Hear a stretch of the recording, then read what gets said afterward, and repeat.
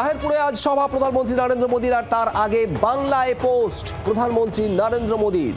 বাংলায় আসার আগে তৃণমূলকে নিশানা করে পোস্ট করেছেন প্রধানমন্ত্রী। এক্স হ্যান্ডেলে পোস্ট করে তিনি লেখেন, আগামীকাল দুপুরে রানাঘাটে বিজেপির জনসভায় ভাষণ দেবেন তিনি।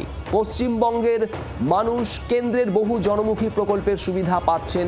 রাজ্যের সর্বক্ষেত্রে তৃণমূলের অপশাসনের কারণে ভোগান্তির শিকার হচ্ছেন। তৃণমূলের লুটপাট ও ভীতি প্রদর্শন সব সীমা অতিক্রম করেছে। সেই কারণেই আজ বিজেপি মানুষের একমাত্র আশা ভরসা। এক্স হ্যান্ডেলে এভাবেই পোস্ট করে তৃণমূলকে নিশানা করেছেন প্রধানমন্ত্রী নরেন্দ্র মোদী। আর এর পাল্টাও এসেছে তৃণমূলের তরফ থেকে।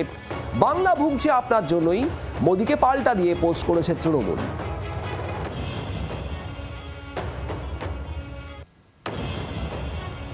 সে আসছে এর আগে তো অনেকবার এসছে, কিছু লাভ হয়েছে কি? মোদি আসবে যাবে, ঘরবাড়ি করে বসে থাকুক না কেন, কিচ্ছু হবে না। এর আগেও তো এসছে, প্রত্যেকবার প্রত্যাবর্তন করেছে। ভারতবর্ষে মানুষ ওকে জবাব দেবে, যেভাবে মহাত্মা গান্ধীর নামটা মুছে দিল মানরেগা থেকে। এত অহংকার ভালো নয়। ওনার ধারণা উনি ভারতবর্ষে প্রথম প্রধানমন্ত্রী হয়েছেন এবং দেশকে এগিয়ে নিয়ে যাচ্ছে। ভারতবর্ষের আগে কোনো উন্নতি হয়নি। ওনার এমনি কিছু হবে না, ওনার এক্সপায়ারি ডেট পার হয়ে গেছে।